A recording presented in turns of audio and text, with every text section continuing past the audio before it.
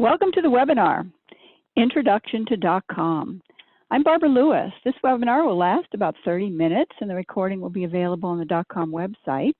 If you have any questions, you can type them in the Q&A box, and if we don't get a chance to answer your question during the webinar, we'll respond afterwards. So let's get started. DocCom's mission is to provide engaging educational resources for healthcare professionals to enhance communication and health outcomes.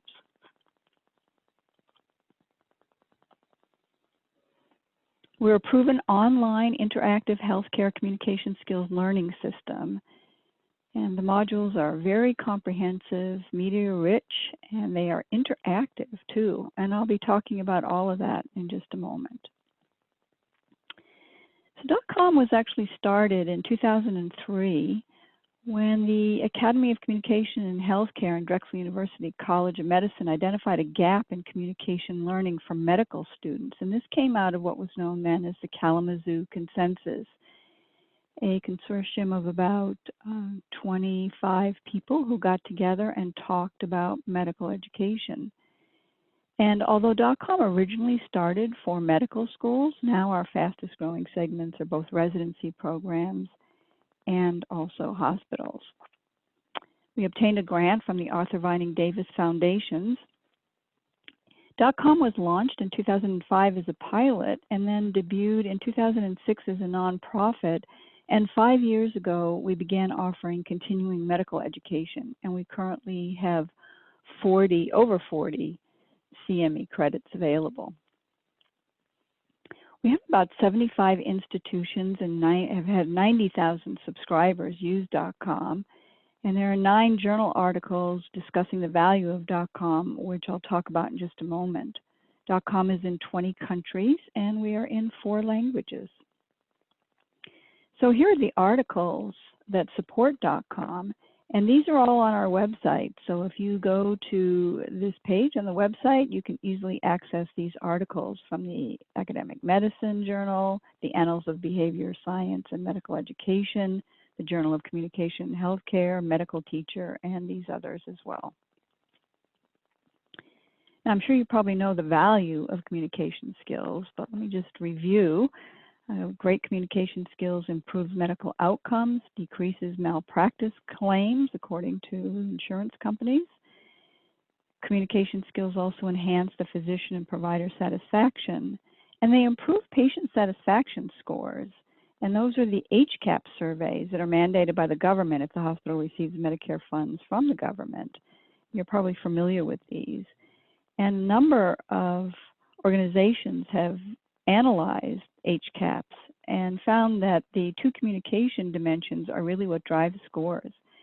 And this is from the CMS, Cleveland Clinic, HealthStreams, and Press Ganey have all done analytics around HCAP scores and have determined that the communication scores are driving, the communication dimensions, I should say, are driving the scores. So this is how our subscriptions roll out. You can see we have the largest one in medical schools at 44%, but then our residency programs are nearly that amount at 41%. We're also in PA programs and in graduate programs as well. We have a ton of testimonials that are listed on our website. These just are the residency testimonials. Beth Lown talks about how one resident used video and it really changed the way she was interacting with patients. And in the last one here, you see somebody nearly, was not speaking very well, communicating well, I should say, and DocCom was used to remediate. I'm going to talk a little bit more about that a little later, but DocCom is often used to remediate residents. So their module authors are really leading faculty, and when we decided what the topics were going to be, we went out to find the people who were the most well-known and had published the most and had done the most research in that particular area. We have 42 modules altogether, all online, and over 400 very realistic unscripted videos. We also have annotated videos, which I'll talk about in just a moment. And we have a whole back end learning management system for faculty where you can make assignments, you can assign questions and assess them. We have a grading matrix, lots of resources, and we have curriculum guides for faculty, and we have one especially for residency programs. So we start off in the basic modules with an overview, and this overview includes quite a bit of research on the value of communication skills and good communication skills. Then we get into mindfulness and balance and self-care, as well as the therapeutic aspects of medical encounters. These next 8 are really aligned with the HCAP surveys, and this is all about patient-centered interviewing, building the relationship, gathering the information, sharing the information, reaching agreement, and providing closure. Then in the advanced elements, we have topics such as responding to strong emotions, and it goes without saying, nonverbal communication. We also have included some information in this particular module on using the computer while interacting with the patient. We have shared decision making, and then getting into communicating in specific situations. This is the family interview, relationships with children and parents, adolescent, geriatric, motivating healthy diet and physical activity, and communicating with depressed patients. It was just last night that I saw some statistics about how people who are going through this COVID situation for almost 9 months now, and how many are very depressed. So this is probably a very important module at this point. Communicating with colleagues includes the oral presentation, communicating on health teams, so important, and things like professional boundary issues and effective clinical teaching.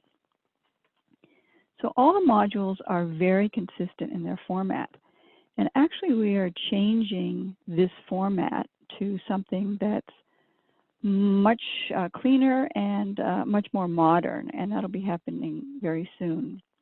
We start off with a rationale, and then we go to key concepts, learning goals, and then the content, and videos are interspersed throughout the content. And we have a behavioral checklist with every module, as well as references. So first up, the patient starts talking about why she is coming to see the physician. And the doctor then pops out and says what he wants to accomplish in this particular appointment. We have questions for reflection, which you can assign to your learners. We have key principles, learning goals, and finally we get into the content. And all of the content has references. And in some cases you can see this particular one on this screen, we have 70 references. And most of the time we have upwards of 50 references in a particular module. All references are supporting the content, of course. And here's just a sample of our literature references. So this is the annotated video that I was talking about. So 3 things happen here. First of all, you can see the physician interacting with the patient and the spouse. So you can watch it. You can listen to it, exactly what he's saying. He's leaning forward. He's interested in what they're saying. But you can also read on the panel on the right side exactly what methodology he's using. So this one is highlighted, and he's naming the emotion and legitimizing the emotion. And as he continues to speak, the highlights go down this whole list here. Now, if you click on the icon, the camera icon that's just to the left of the panel, out pops the physician in a pop-out video, and he's talking about why he said this particular thing, how he's using it. So he's using direct words here and attentive listening, and he's describing that and saying why he's using it and how it's moving the interview along. This is one of 6 comprehension scores that we have. And this is where learners actually interact with the photo, or in this case, the video. So here the physician is talking to the patient, and as the physician should have said an empathic comment, the learner can click here where an empathic comment was not said but should have been said. So this is the timing that each learner gets as we're going from one to the other, clicking off the places where an empathic comment should have been said. There are 6 altogether here, and this scores right or wrong as you're going through this 3.5-minute video. So I've taken this a few times, and each time I get better at recognizing where an empathic comment should be made. And we have some residency programs that are actually using this to assess whether or not their interns need remediation in communication when they come in. And what happens is this is given to each of them, and then they go through, and whether or not they can find these empathic comments is a signal as to whether or not they might need remediation. So for example, one learner that I heard about went through the whole thing and didn't click anywhere where an empathic comment should be made. And she then went to talk to the faculty about the assessment of this particular video, and the faculty found out that she had grown up in a home that had a lot of substance abuse, and there was no empathy whatsoever. And so she couldn't recognize where an empathic comment should be made. And so she had to be trained to recognize when it was appropriate for her to say something to a patient. This particular one is facial recognition. And here we have 7 different types of emotions that are displayed by the face. And each one shows up, and then the learner clicks on whichever it is. They are shuffled. Then it goes to 3 seconds, recognizing it, and then finally to 1 second, shuffled again, to help learners understand the micro emotions that might occur and to recognize them. These are our patient portraits, and these are 5 real substance users answering 22 questions on how they got started and how they tried to quit and what strategy they were using. And the hope here was that learners would recognize that this is really a battle that's very hard, and be empathetic with it too. And we do have a physician that participated in this as well. So here's a checklist that I was talking to you about. This particular one is on delivering difficult news. And I'm in healthcare because I spent 2 weeks in the ICU with my sister, who passed away quite tragically. And a couple of people gave me very bad news about the fact that she was dying. And I certainly wish that they had these checklists because it was not done well. So let me talk to you a little bit about how a specific residency program is using DocCom. So this is the Greater Baltimore Medical Center. And in June orientation for the interns, they assess and remediate, if necessary, the EPAs. Specifically, the program director found that the history and the physical EPA was not done particularly well, and the quality of them were not very high. He said that they seemed to know what to ask, but they didn't know how to ask it. They were going down through a checklist and asking question after question, but not knowing really the nuances of it. So he looked around for where he could find some resource to help his learners with communication skills, and he found DocCom, which he noted had easy access anywhere, anytime. So initially he assigned the modules at orientation, but the next year he decided to assign the modules after the match in March, when learners have the time and the inclination to want to impress him. So the following year he noticed that there were better communication skills from the interns. And he was telling me this story, and I said to him, let's test it. Let's see what really happens. So we set up this test. The first part of the test was before DocCom, before anyone heard of DocCom.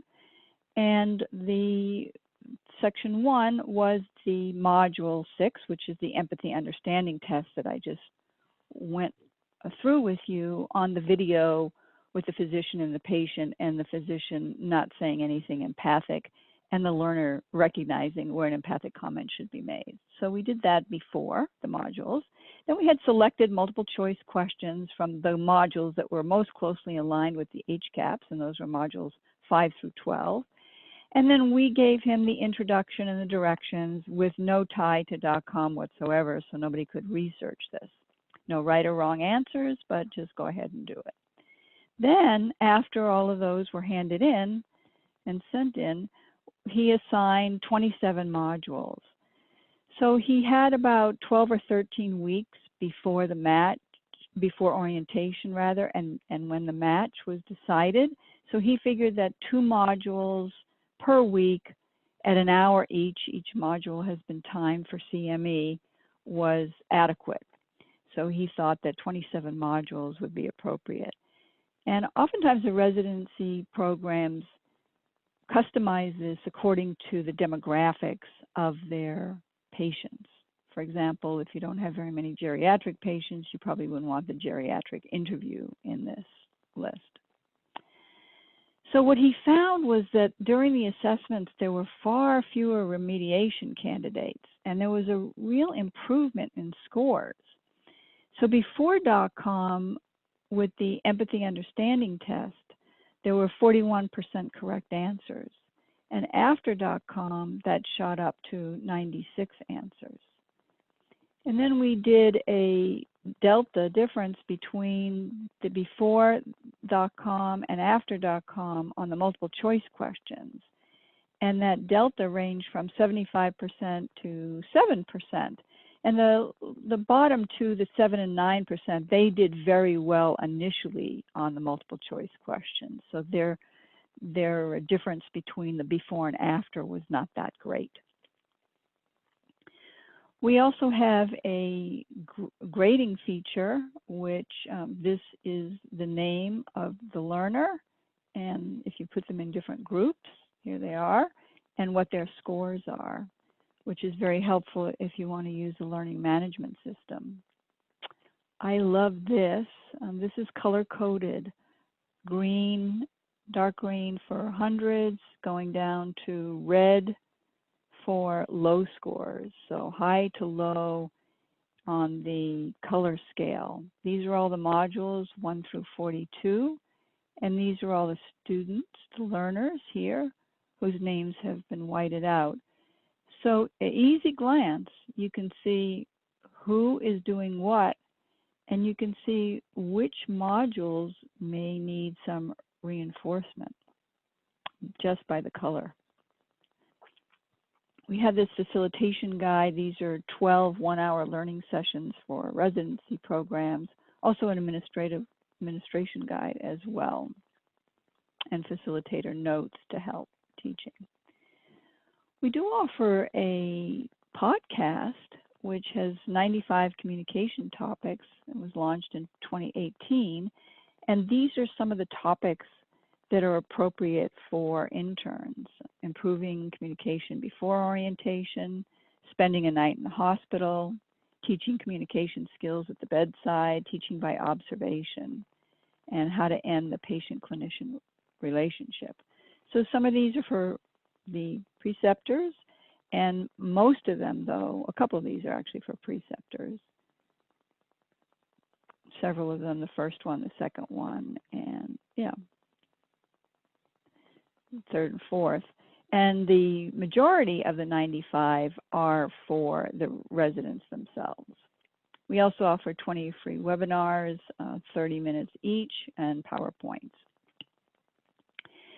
So our subscription rate is very low. It's 10 to 500 seats, or $30 each.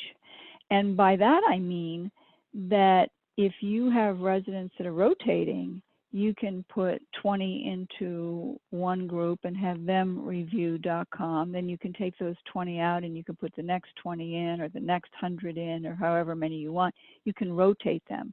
So you can train hundreds of residents on a very small number of seats. So the per user amount would be very inexpensive.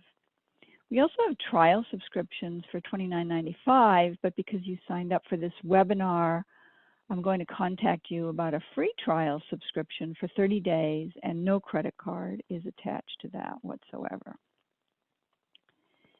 So let me just check here to see if there are any questions, and I don't see that there are any questions. So I am going to give you a couple minutes back here, 10 minutes. Thank you very much for joining us today. And as I said, the recording and the PowerPoint will be available on the website. And I will be contacting you about a trial subscription if you'd like to have that 30-day trial subscription. But if you have any questions for me, please feel free to call me or to email me. And thank you very much for joining us today.